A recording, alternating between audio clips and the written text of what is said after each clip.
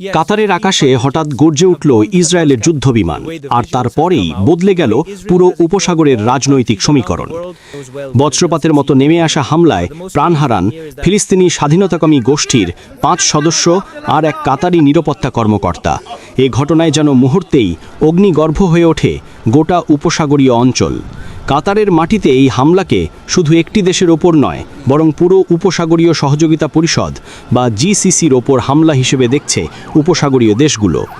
আর সেই ক্ষোভের বিস্ফোরণই দেখা গেল দোহায় আয়োজিত জরুরি বৈঠকে। দোহায় অনুষ্ঠিত হয় আরব ইসলামিক জরুরি সম্মেলন।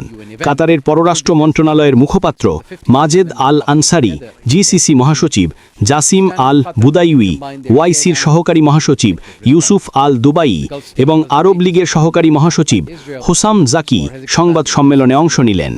উপসাগরীয় নেতারা এক কণ্ঠে জানান, কাতারের উপর আক্রমণ মানেই গোটা জিসিসির উপর আক্রমণ।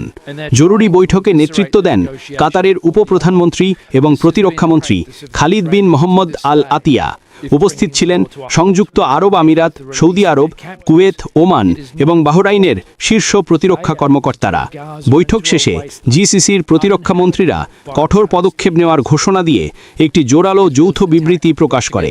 বিবৃতিতে বলা হয়, সদস্য দেশগুলো আঞ্চলিক নিরাপত্তা জোরদার করতে একযোগে কাজ করতে সম্মত হয়েছে। এর অংশ হিসেবে তারা 3টি গুরুত্বপূর্ণ পদক্ষেপ গ্রহণের ঘোষণা দিয়েছে।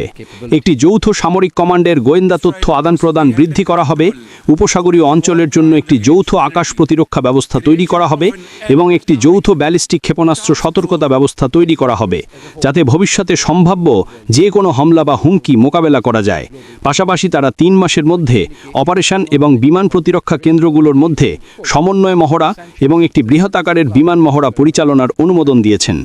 জিসিসি প্রতিরক্ষা পরিষদ তাদের বিবৃতিতে ইসরায়েলের হামলাকে বলেছে গুরুতর উস্কানি এবং আন্তর্জাতিক আইন ও জাতিসংঘ সনদের স্পষ্ট লঙ্ঘন।